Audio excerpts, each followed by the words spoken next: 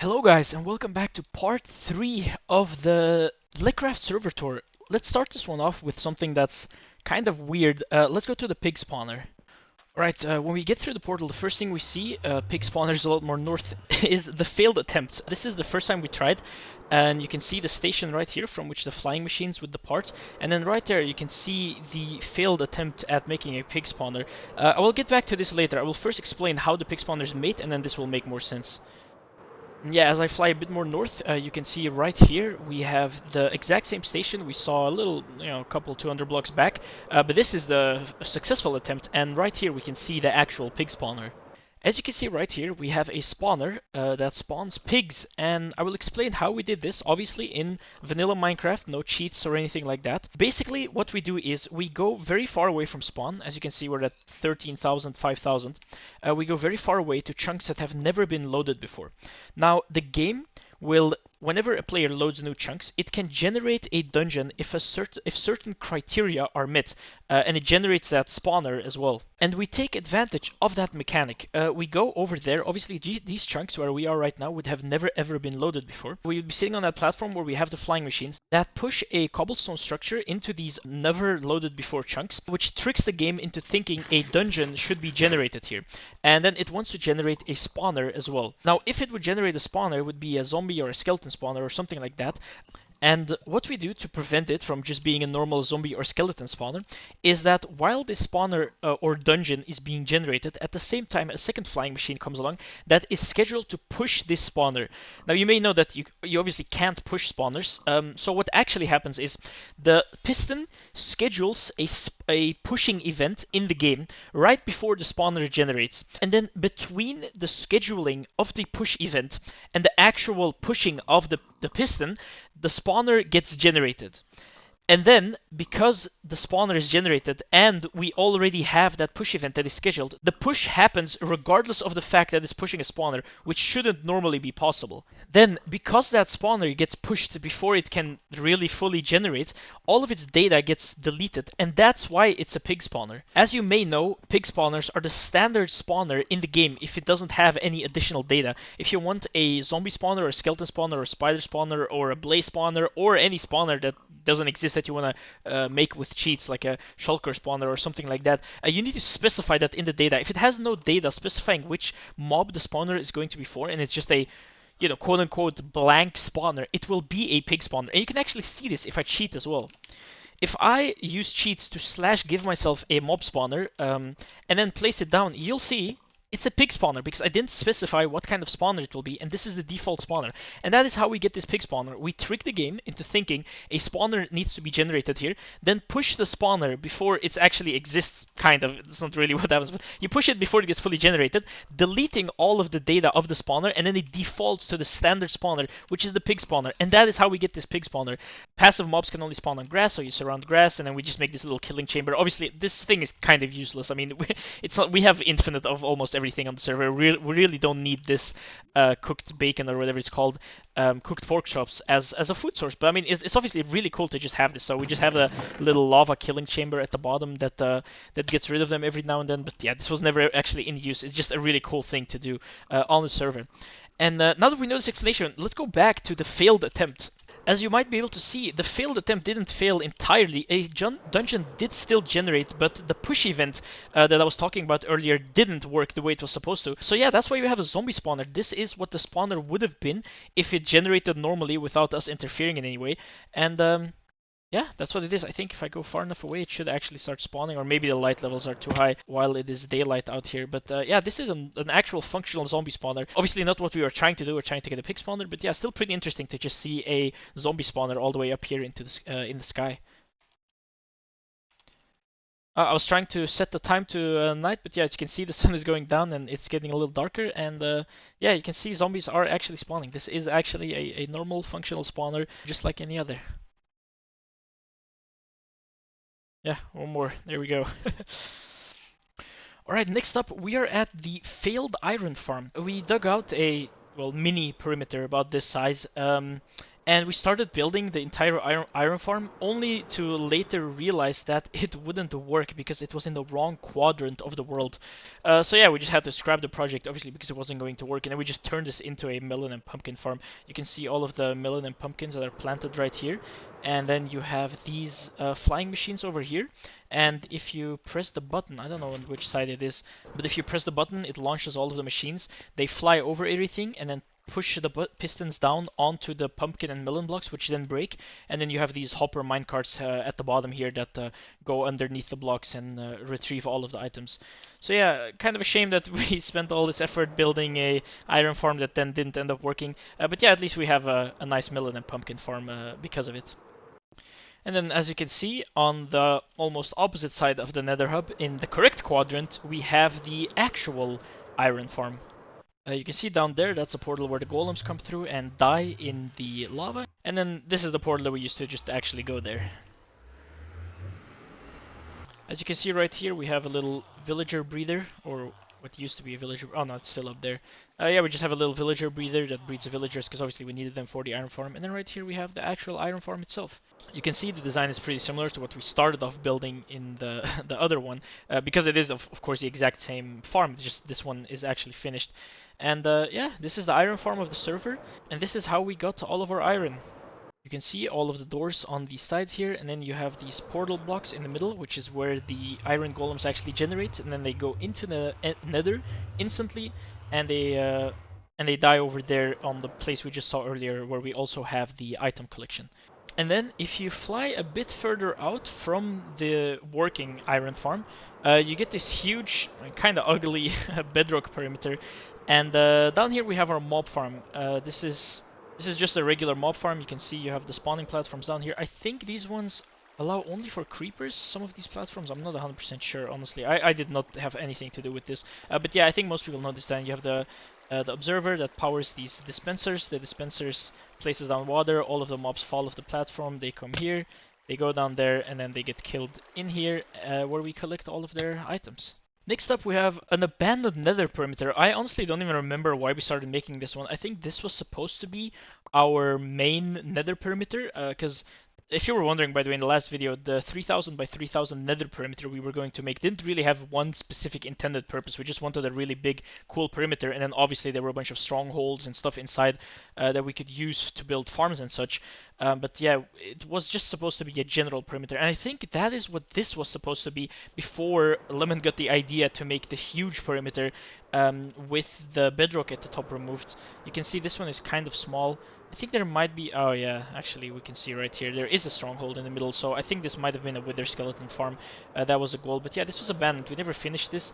You could just see the tunnel bores dug out all of the top areas, and we probably, yeah, we started building the actual, hold on, is this a tunnel bore or is this the world eater?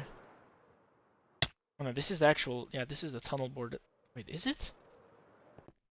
It's been so long. Honestly, I have no clue what this is, but either way, it doesn't matter. This was never finished. But yeah, this is just a big perimeter that we didn't finish, but I still thought it would be interesting to show.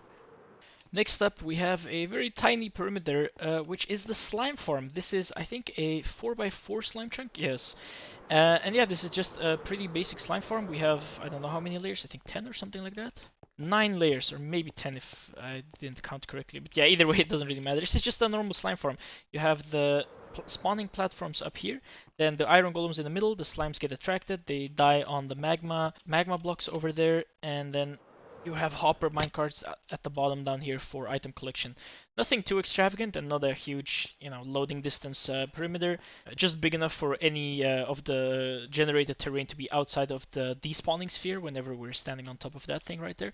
But yeah, the farm worked pretty well. I don't think there's any, there's nothing in here right now. I think after we ran it, we transported all of the slime blocks that we got either to the central storage or to the huge 30,000, 3,000 by 3,000 nether perimeter. Yeah, the 3000 by 3000 nether perimeter for us was kind of like our Manhattan project. It just used every resource we have. We would AFK at the slime farm, at the witch farm, at any farm that we needed for ages just to get enough resources to build that huge helix. Yeah, that thing slurped up almost everything. But yeah, so this slime farm did suffice for that, so it is pretty good. And then you can see up here we have one of these little crafting stations. I think you fill this chest right here with shulker boxes. full of slime blocks, and then they get deposited here. You take all of them, drop them, you craft shulker boxes in the crafting table. Then I don't know what the cauldron is for, honestly. I got no clue. But then you put them in here, and then once this is full, it gets detected, I think, by a comparator. I'm not 100% sure how this works. No, there's no comparator. Well, I'm not 100% sure how this works, to be honest. But yeah, you just craft all of it, put it in another shulker box, and then that gets stored in here. So yeah, that you can turn all of the slime balls into slime blocks for more compact storage. And next up, we have the decorative builds area.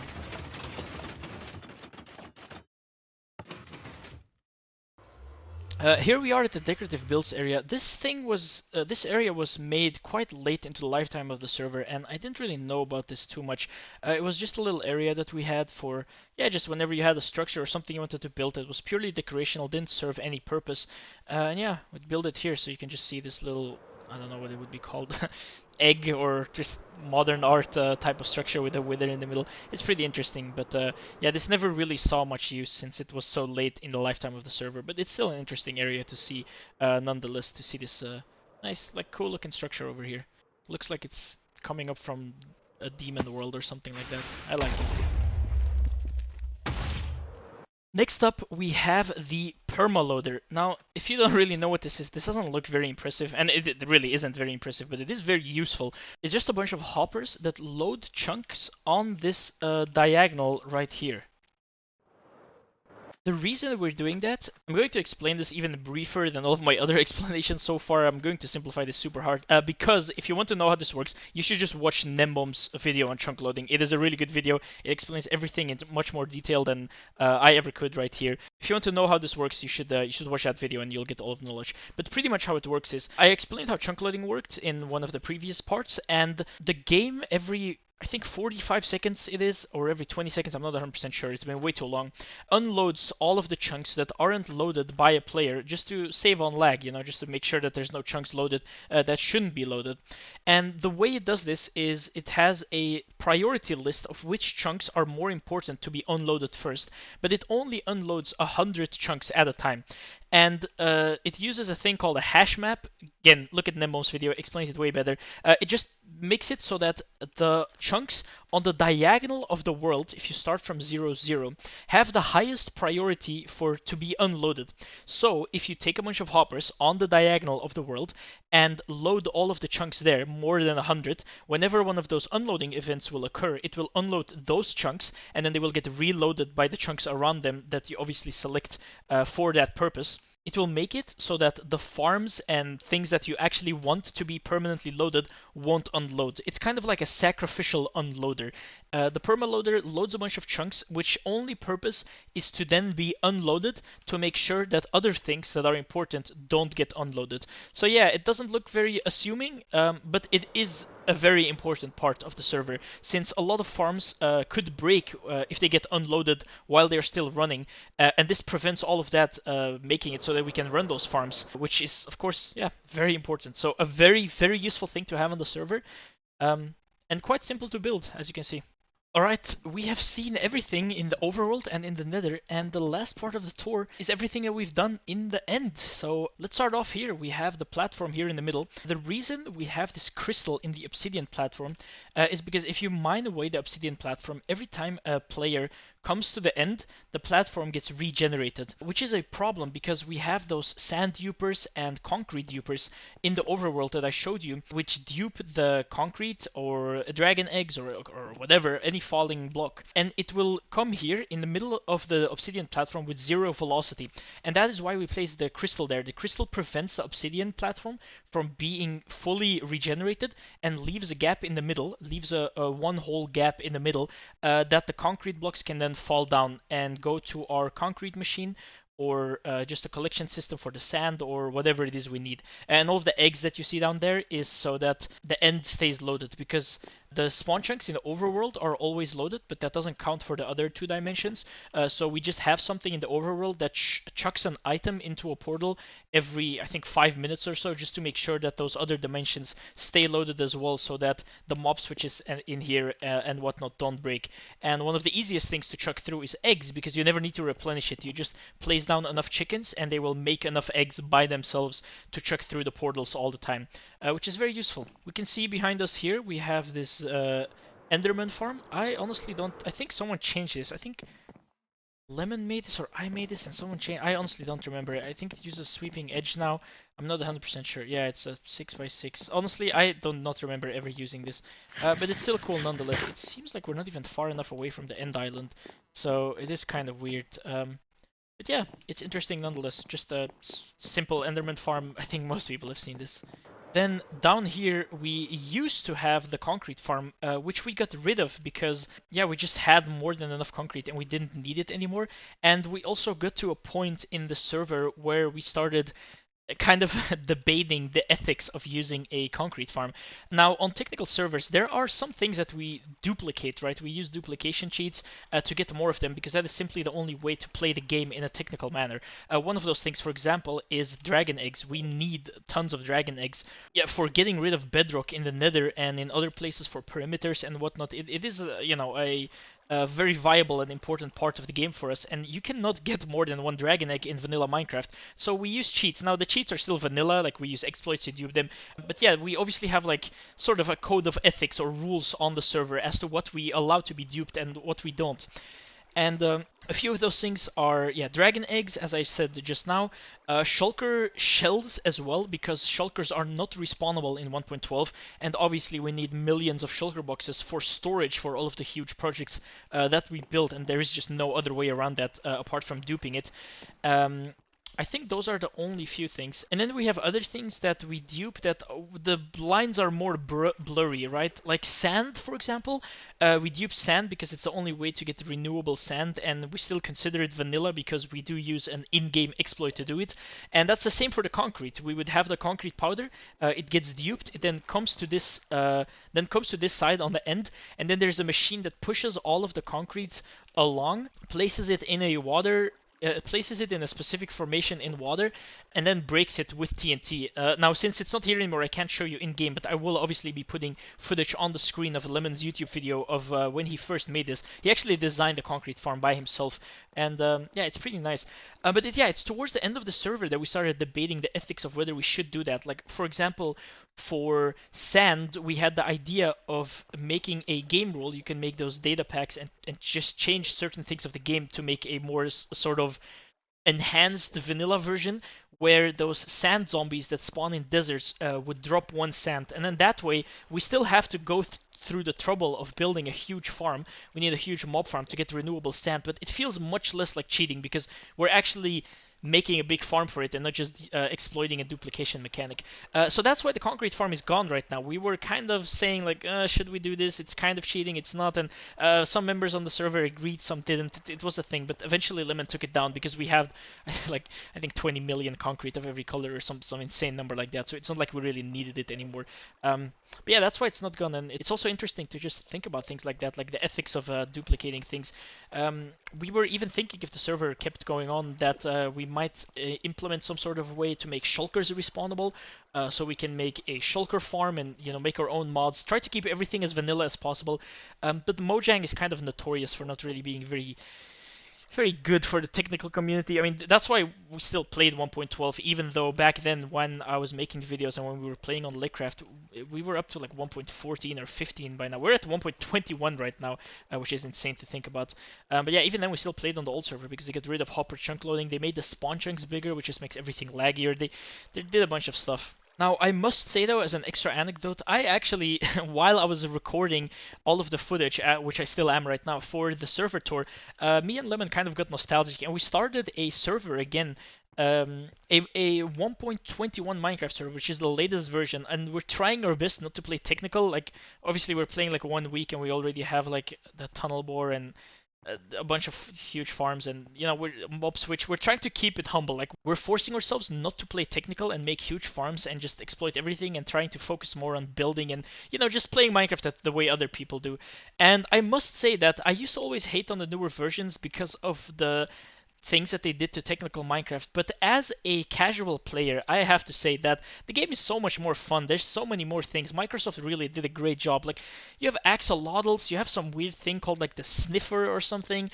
I was just flying around and I saw turtles. There's turtles in this game right now, so yeah, it's kind of a shame that we don't play technical anymore. And again, now that I'm making the server tour, I'm getting really nostalgic for Lechraft, and I want to continue these huge projects, start the server up again. But yeah, real life is getting in the way. We're getting jobs now. Everyone's studying. There's just so many more things to do, and we might not be able to play it. But yeah, there's a ton of new things in the game, and even though we're not playing technical, it is still a lot of fun. I don't think or I don't know if we'll be able to start up Lechraft ever again because I don't know if I'll have the time, and I really miss building these huge projects. But I think even if we did start it again, I just wouldn't have the time anymore. So it is kind of nice to have that casual server where we can just kind of do, you know, semi-technical stuff, not take it too overboard, and just make nice builds and enjoy all of the like 5 years of updates that I haven't seen. Because I mean, we're at 1.21. I used to just play always in 1.12. There's 9 major updates that I never saw. There's netherite now. There's armor trims. There's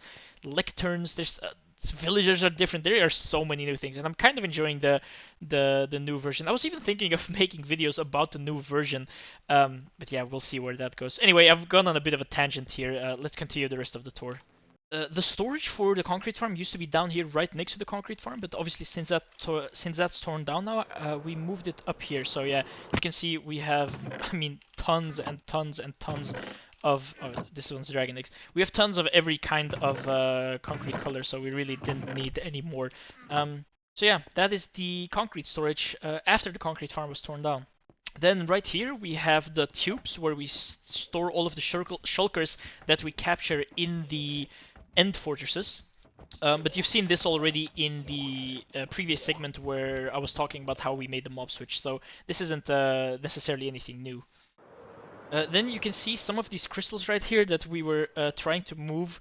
I don't remember exactly why we were doing this, honestly, not a clue. I think these are naturally spawned crystals because, oh yeah, I remember.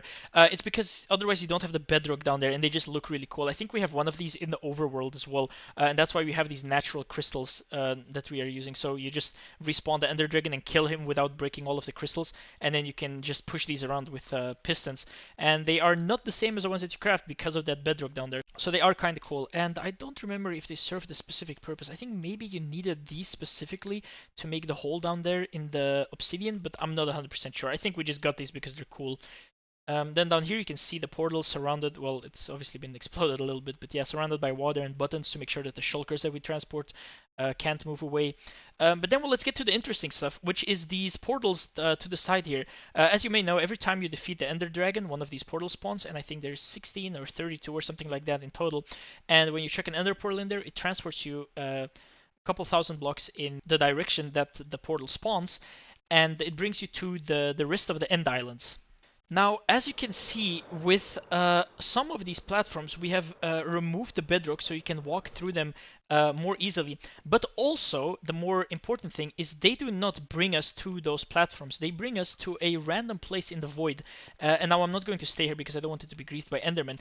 But the way we did this is after defeating the dragon 32 times or whatever the amount is to generate all of these portals, we didn't go through the portals. When you throw a pearl through these portals or when you use your elytra to become one block and go through them, whenever a player goes through these portals in any way, the game goes in the direction it's supposed to, checks for where there is end zone, and then generates the next portal there. So if you defeat the dragon and then don't go through this portal, the next portal won't generate yet. We then just went 2,000 blocks or something like that in that direction where we're in the middle of the void in between the main end island and the extra end islands, and then placed endstone there in a certain formation, and then generated the portal.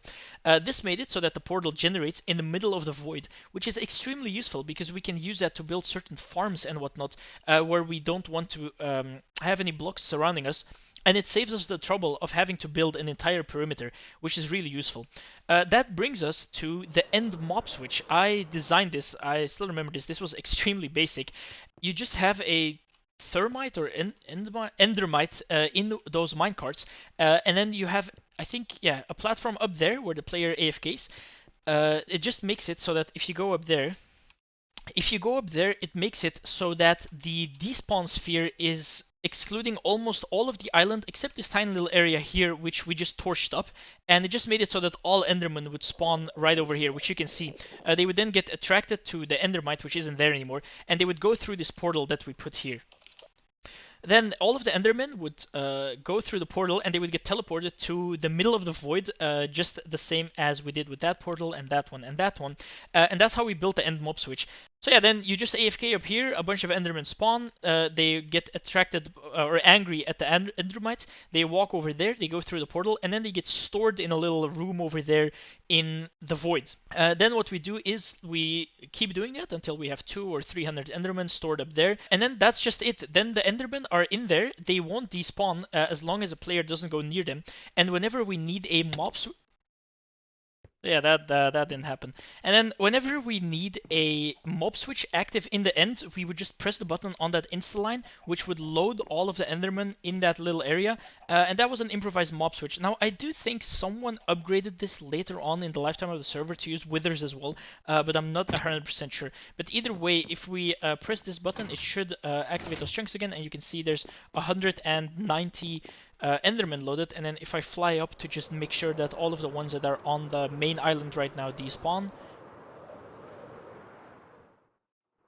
we can see we have a consistent number, 168, so that must be the amount of either Enderman or Withers that is loaded there. And you can see no new mobs spawn on the main island, which is what we need, because most of these platforms that we have on the side here are not made to accommodate for Endermen.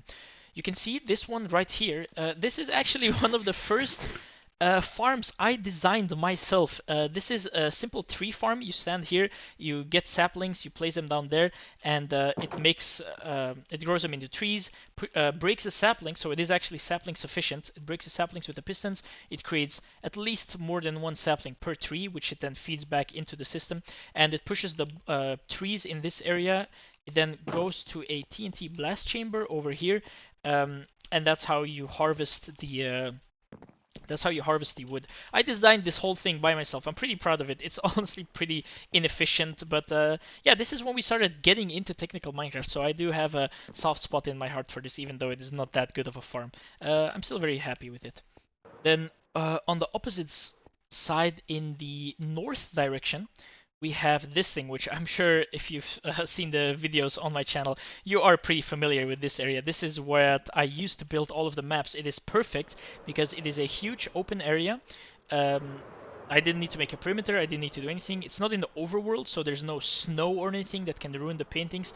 And if you fly up, you can actually still see which paintings it is you're looking at. You can see the creation of Adam right here. If you look down, you can see the actual outline of the painting. And then the same for the bottom part over there. The reason these aren't attached to each other, by the way, is because you need one extra block that goes outside of the chunk, because the color of every block is decided by the elevation of the block north of it. So you can see that direction is north. So these two blocks will be the same color, because if you look at this block, it is a terracotta block, and then the block north of it is one block down. This block is a terracotta block, and the block north of it is one block down. But this block is a terracotta block, and the block north of it is on the same level. So this will have a slightly different shade, and the program used to generate these pixel arts keeps track of that. And that is why at the top of the painting, you need one extra block. You can see this is outside of the chunk. So these white concrete blocks don't actually appear on the painting themselves, but they are still important because it decides the color of these last row of pixels. And that is why you can't build the two rows of the map right next to each other, because then right here, we would have to have the height of the next thing, which you can see is all the way up there, and we would have to adjust all of that, and it's super complicated. You would have to make sure that the beginning of that block is always the ending of this block and at the correct height, which is just a hassle that's not worth it. It's better to just go 8 chunks in the other direction and build the next thing. if you're curious to the reason why I chose the paintings that I did, is because I remember when I first had the idea to make this, I remember I learned about the program and I find it very interesting, so I wanted to make something. I just figured I'd do some random historical character, and I think Lemon just suggested Karl Marx. I don't even remember how we got to it. I have no clue, but yeah, I just figured like, oh yeah, I'll do that guy. Then I built Ataturk because I'm Turkish, if you don't know. I figured, you know, do a historical character that I know quite a bit about. And then after that, I had the idea to make the creation of Adam because it's honestly one of my favorite paintings. It looks super cool. Um, but yeah, you've of course seen a video about that. I just figured I'd give an explanation as to these other two. And the plan was actually to do much more. If if I still had access to the creative server, we could actually see there's a few more things. I had Nikola Tesla all planned out. It's already in the game, like already on the survival server, on the creative server. I had Albert Einstein. Like I was going to do a bunch more historical characters, but yeah, it never got to it because this thing right here was a ton of work, and this alone was yeah, I had enough of building maps for quite a while because of this thing right here. But yeah, these two are still pretty interesting, and I had a lot more planned, which I was just never able to get to. And I think yeah, you can see. I'm not sure if this is supposed to be the case. I know these are supposed to be the case. I think maybe these were griefed by Enderman a little bit because some people would come here without activating the mob switch, and then you can have some of the things be griefed because there are obviously griefable blocks here. You have the clay, which Enderman can pick up. Then you have grass blocks, which the Enderman can pick up, and dirt.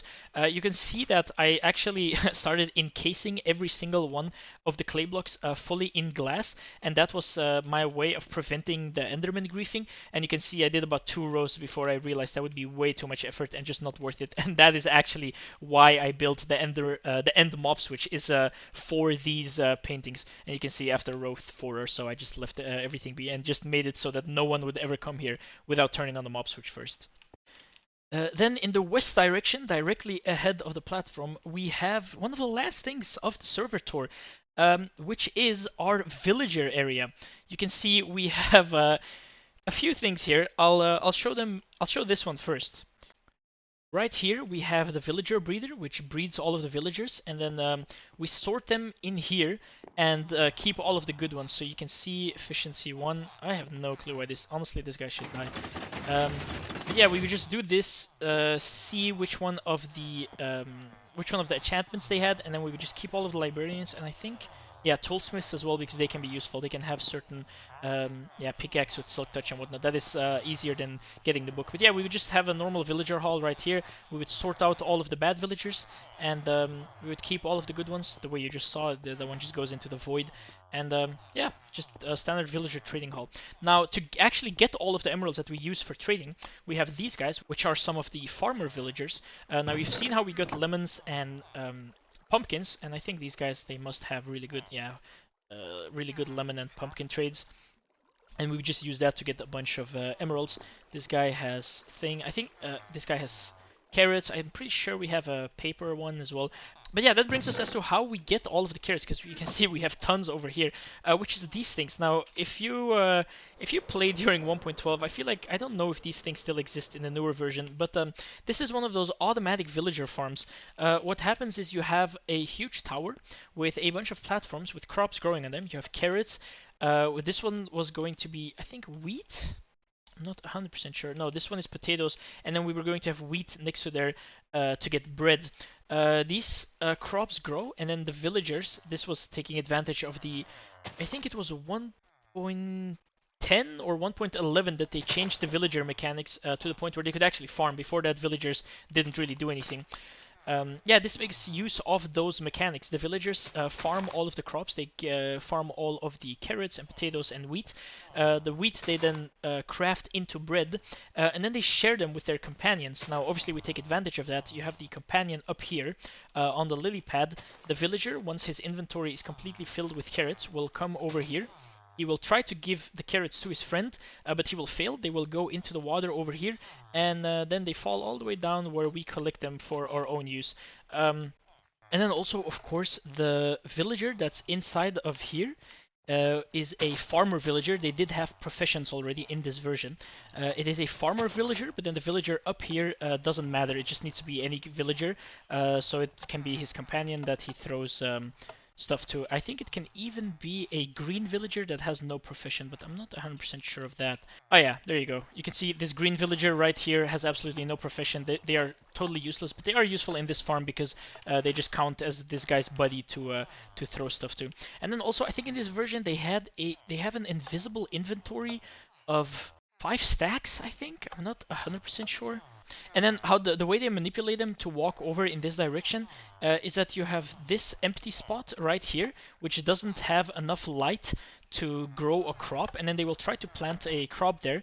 And then as soon as they walk over that pressure plate, the crop gets updated and it instantly gets broken again because the light level isn't enough. So this little block of soil will always be unplanted, which will make this guy's AI walk over here to try and plant something, and that's when he notices his buddy and he's like, oh yeah, my inventory's full, I should give him some stuff. If that is the case, obviously. If it's not, then he will just go back to tending to the rest of his crops. But yeah, that's how the farm works. I remember when this came out for the first time. This thing is genius. I mean, any farm before this, you had to AFK and right click and use bone meal or something like that to grow crops in a huge amount, and then when they rolled around the update that made the villagers slightly smarter and gave them these professions and whatnot, yeah, these farms came about, and they were at least the golden standard of automatic crop farming in Minecraft. There's no better way to do this because these little guys just do everything for you. So yeah, it's a fully automatic carrot farm. You don't need to plant or harvest anything. The villagers just do everything automatically themselves. It then goes over here. Oh yeah, we have a sugarcane farm right here for paper. I think we use this for books and for trading with some of the villagers. It then goes up there, and then right here it goes to a storage system, I think. Yeah, where we just keep all of the shulker boxes so we can trade them in large quantities for a ton of emeralds. And yeah, that is pretty much the extent of the villager area.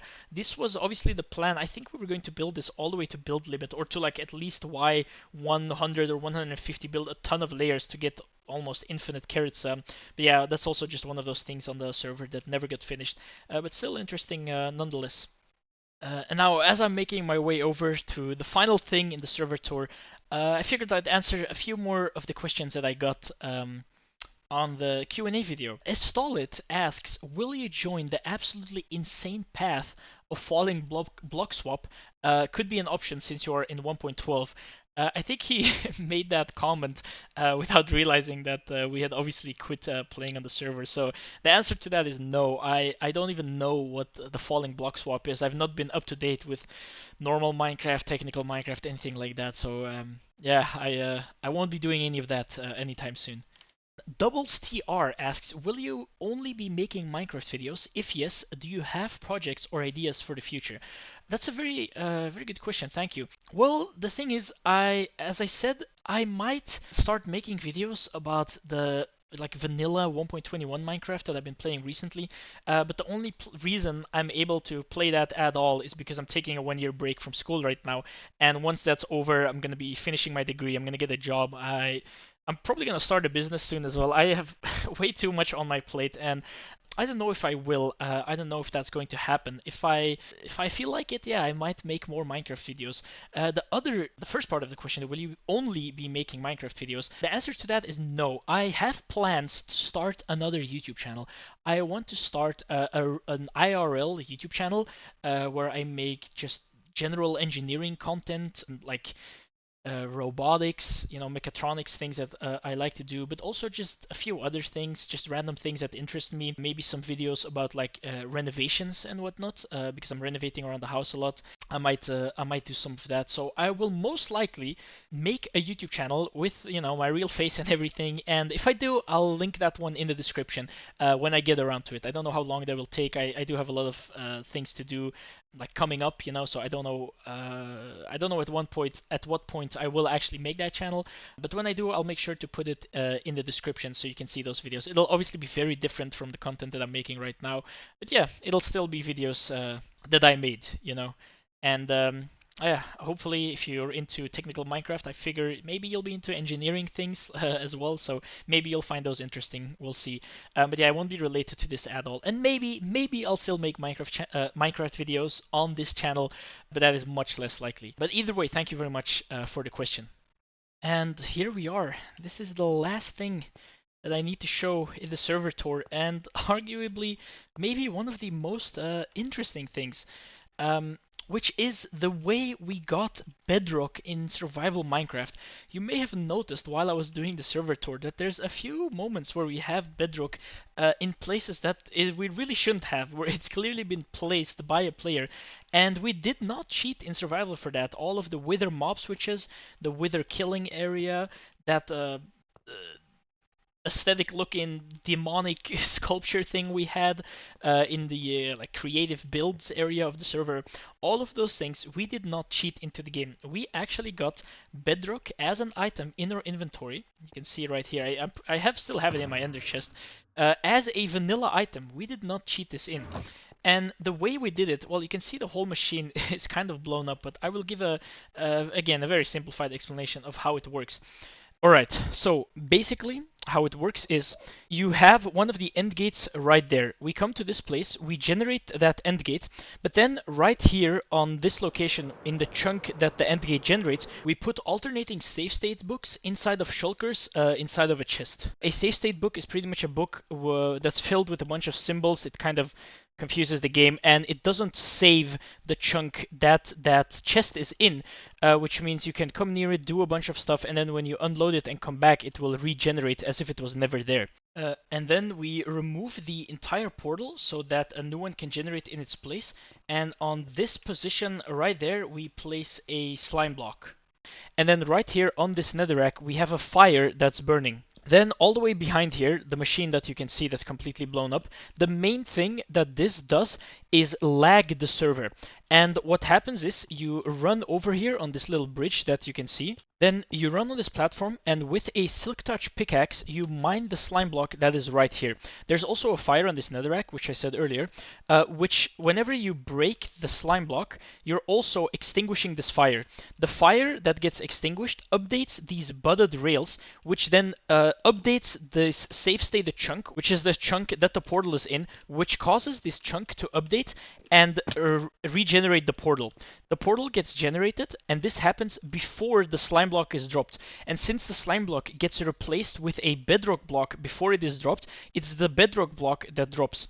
Oh yeah, and the main reason this works is because of the huge lag spike created because of this machine, and that is what allows the player to be right next to unsafe chunks. Usually when the server is experiencing a lag spike, the players aren't able to move due to the anti-cheat, but you can get around that by launching the player with TNT.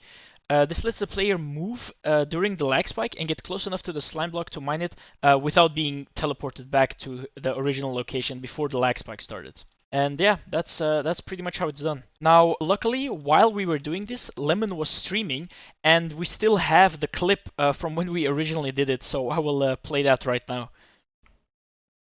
Oh, you might want to place the slime block back. Oh yeah, you're right. Oh, yeah. Is the boat so there smart. for real? Yeah. Yeah. TNT is good. Come on, this is it. No, they're spawning again. No. It's okay. Not if they go on the thing. Let's hope they One don't. thing. Oh, we're going. We're starting.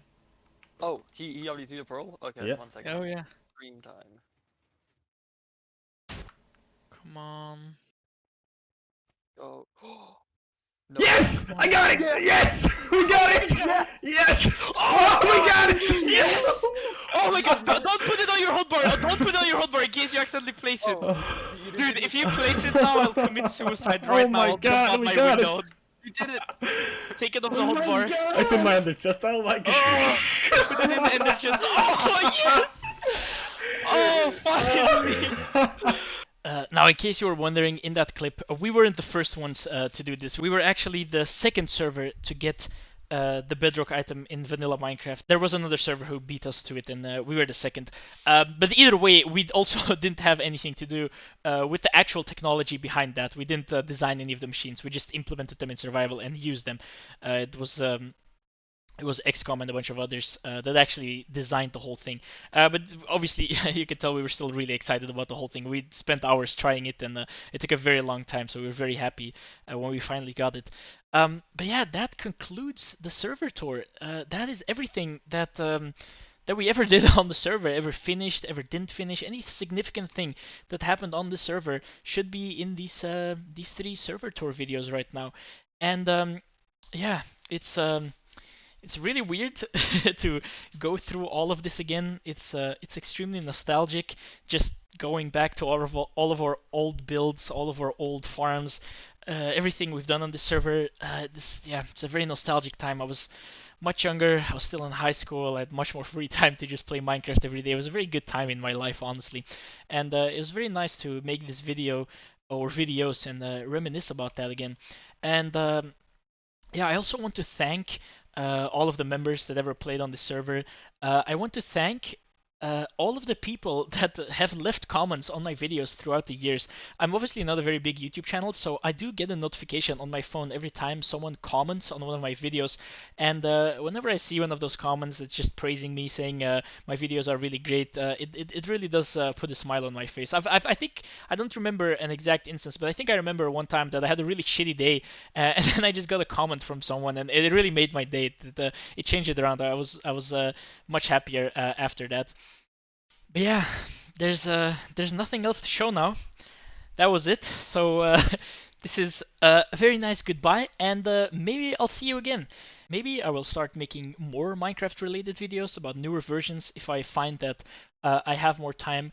Or maybe, as I said in the answer to Doubles' question on one of my videos, I will most likely start a new YouTube channel. In real life, I'll probably make robotics and engineering content. Maybe just random crafts and renovation stuff around the house. I've been renovating a lot, which is I feel like there's a few interesting videos that I could make about that, but I'm not 100% sure if I will link those videos to this channel. If I will, you'll be able to find it in the description. I don't know how long it'll take before I make that channel or anything, but either way, yeah, thank you very much for watching this video, and I hope you enjoyed it.